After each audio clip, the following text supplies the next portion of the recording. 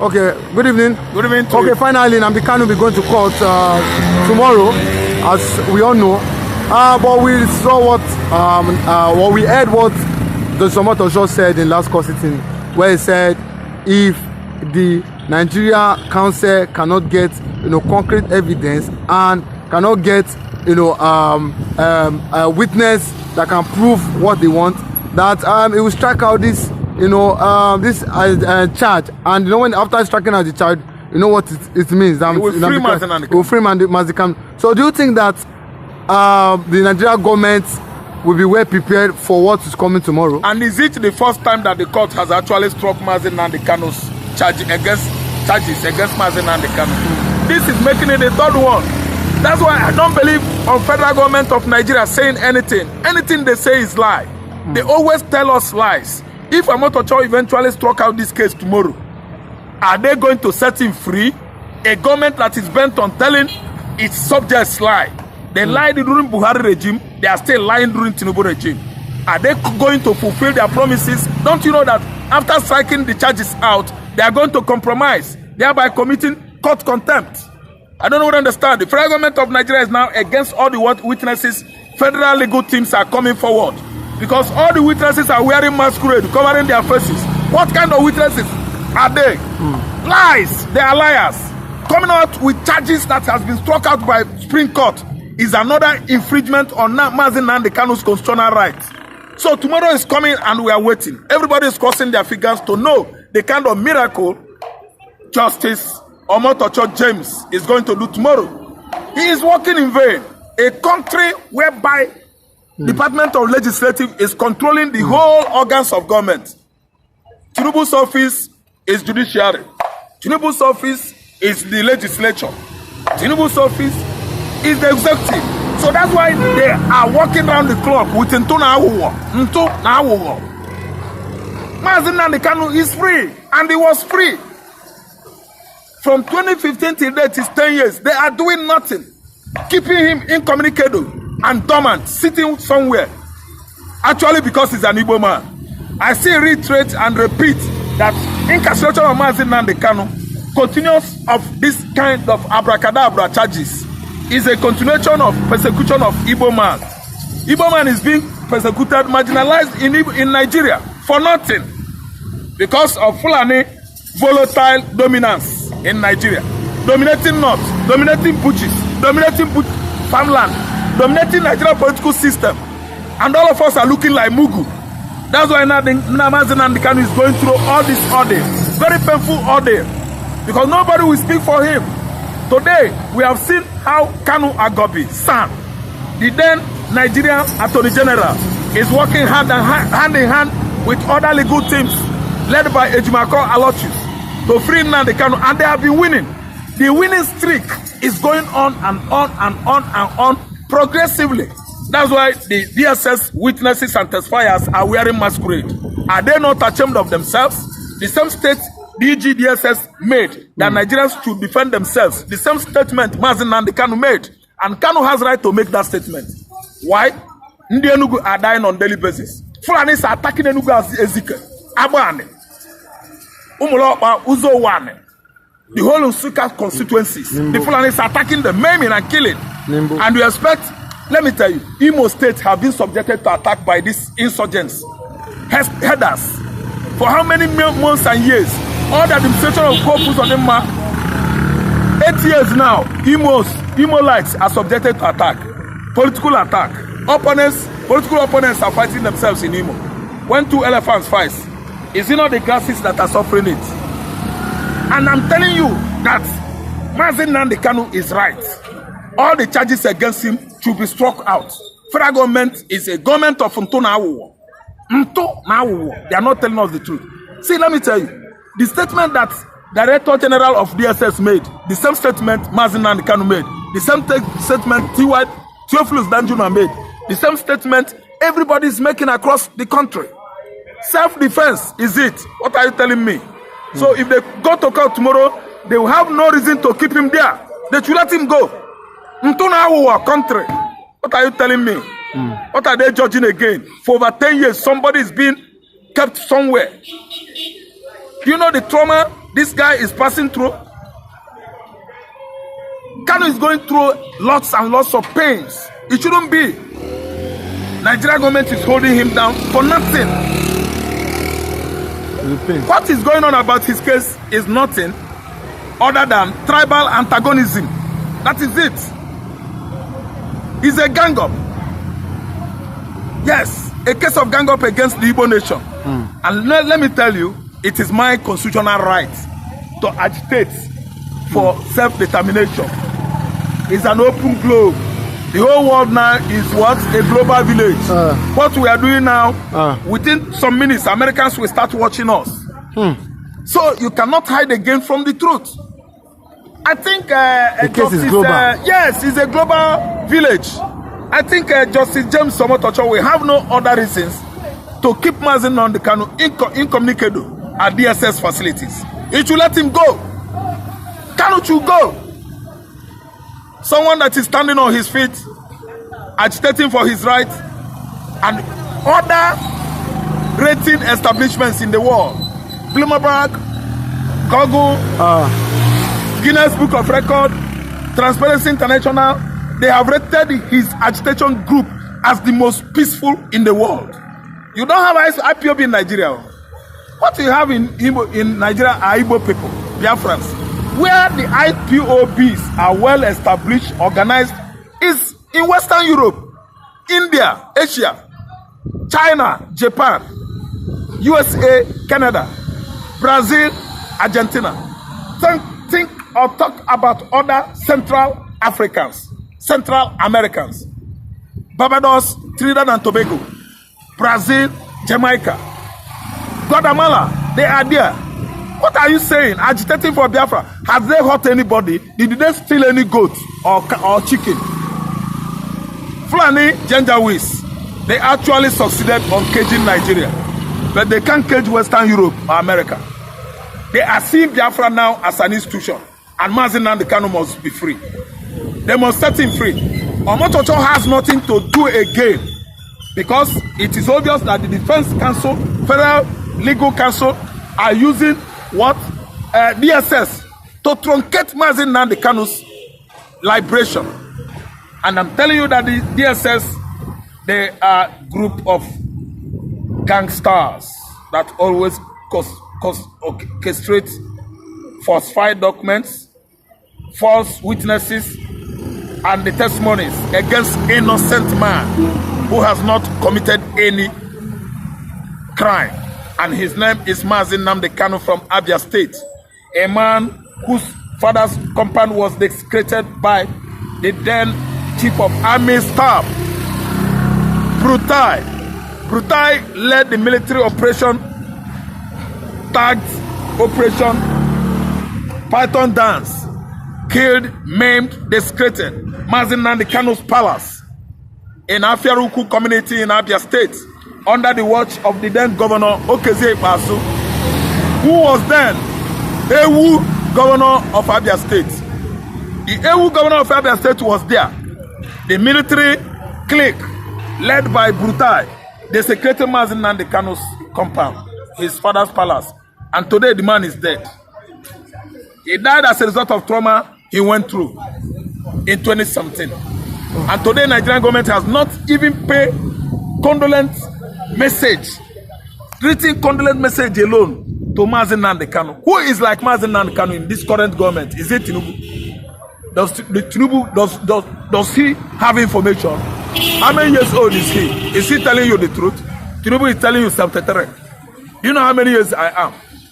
Tinubu bombed my mate, he gave birth to my mate, even people that senior me, and he's writing something. See, let us not deceive ourselves. We should be telling ourselves the truth. Yes, on a platform of the truth, Nigeria should have political leaders that are honest, not political leaders that are bent on intimidating Nigerians, telling us lies. Until now, our government will have no other reason than releasing Mazi Nnamdi Kanu tomorrow, because Kanu has tried a lot. He has tried lots and lots to save Nigerians. He has sold the best market ever to the Hausas in the north, and the Hausas bought it, and they are waiting for another batch of consignment from Nnamdi Kanu. And when Nnamdi Kanu comes out now, he's going to send another loads and loads of consignment to the houses, thereby tearing their brains apart to digest the major problem, cause of their problem in the north, which are the Fulani Janjaweeds. The elites, the stakeholders politically in the north are the Fulani Janjaweeds. People that migrated from deserts are constituting serious insecurity in the north today, maiming, annihilating, killing the Hausa original owners of the land, who sold that market of at least exposition and knowledge today in the north. Nnamdi Kanu, he educated them while he was in Kuje prison, Abigachua prison. That was from 2014 to 15. Before they conducted Operation Desert Storm, actually unalive him. Really, they tried to unalive him, but he escaped. Today, he has sensitized the Hausas on why their fathers, their mothers were this, gullible at the expense of the Hausas' integrity and what? Pedigree. Hausa man has no pedigree in the north anymore, no integrity. They have no what? The kings, the imams, the sheikhs, the Sadwanas, the emirs are the Fulanis. And the Hausas are the slaves that are carrying the Fulanis, the emirs and the Sadwana on their shoulders. They mounted on them as their kings, while the owners of the land are the slaves. Tofiakwa is unbearable. It is unbelievable. And I'm telling you, for it to be negotiable this time around, every hand should be on the table among the Northerners to discuss the political changes in the north. Because every good politician in the north is a Fulani man. Hausas are not in those positions. Hausas are seriously embarked on farming, cultivating catch crop and the catch crops. Are you listening to me? So things has to change around in the north for security to bounce back to its original form in that region. But leaving only Fulani to control the politics, the political leadership, every public office and federal government public agencies in the north will change nothing. They should remove Fulani there and fill the gap with original owners of the land. Why? Fulani doesn't have regard for life. Fulani doesn't have regard for development. They are the one that is dragging Nigeria backward since how many years now? If there's any development that is coming to Nigeria, Fulani man will drag it backward as a result of what? Religious and tribal sentiments. Tribal bigotry. That's why they are dragging us backward on a daily basis. And the Hausa man is on the receiving side because they allowed them 200-300 years ago, declaring Osman Danfodio as the fathers of the Fulanis who came with jihadists as an agenda and almost unalived, disallowed all the Hausa kings in the past, forced their women into illegal marriage, and today the Hausas are suffering. I want to shock you that since inception of this country in 2014, no Hausa man has been a president. And anytime Fulani takes over from power, the Southerners will be shouting, Hausa, Hausa. Hausa are not Fulani, Fulani are not Hausa. They are quite different people. Fulani has been ruling Nigeria for many years. People that migrated from Mali, Senegal and Gambia, Nigerians allowed them to take us as slaves. Shame unto all our political leaders. They are all dancing the beating of the drum from the left-hand side instead the right-hand side. And it's going to clear from their eyes. Because as I'm talking to you now, the Fulani Janjaweeds have actually invaded the whole Nigeria. They are everywhere in the forest, waiting for the sound of whistle. And when the whistle goes off, you will see Fulani Janjaweeds wielding all their guns in various townships and commercial cities in Nigeria, threatening every dick and alley. That is when our eyes will be open wide. Invasion that is going on now, nobody is known about it because the politicians are gaining so much from the centrality. The kind of money they catch out with monthly is what is staggering and what intoxicating their brains until the bloody clutches ensues. No Nigerian politician will be actually, sensitive to our callings to beef up the security in time by calling the Fulanis to order to actually stop all their brothers from Sahel country that are invading our country, Nigeria. Okay, but we've seen the the federal government continue to use Gulag situation, to want to nail Nnamdi Kanu. But do you think that with this consistent and continuous, bringing up of Gulag, death as regards Nnamdi Kanu broadcast, do you think that Nnamdi Kanu can't say how what it takes to defend? Never, never. The very date Gulag was shot wasn't sit-at-home date. Sit-at-home date comes every year, annually, on 30th May. Gulag was killed immediately. He stepped down from airplane in Owerri, and he was invited by his political acquaintances, mates. Are you listening to me? He wasn't invited by the indigenous people of Biafra. Indigenous people of Biafra are the Igbos, Igbo youths, Igbo men, Igbo women, everybody in Igbo land. Gulag was on another transaction entirely, political meeting, when they actually rounded him up and they snipped life out of him. Hope Uzodinma has come out to exonerate Nnamdi Kanu's led IPOB, that they are not responsible for, assassination of Gulag Mohammed. And I'm telling you that political speculators, political big shots in Nigeria have started to look into that matter. What? Spelling that IPOB are not responsible for that bloody act. IPOB people, they have lost, Igbo youth, up to 10 youths today, who were wrongly accused in 2021 that they were responsible for shooting of Gulag Mohammed. Tell me how you are going to placate the families of those youths. Tell me how you are going to placate the Imolites and the Owerri people, whose youths were shot based on wrong accusation. Who shot Gulag Mohammed? Nnamdi Kanu did not order any sit-at-home. Igbos are the one trying to use sit-at-home to at least protest his unnecessary, senseless incarceration since 2021. Simon Ekpa did not order anything like that either. He was only sensitizing the Igbos to get ready that the Fulanis are the one constituting insecurity across Southeast.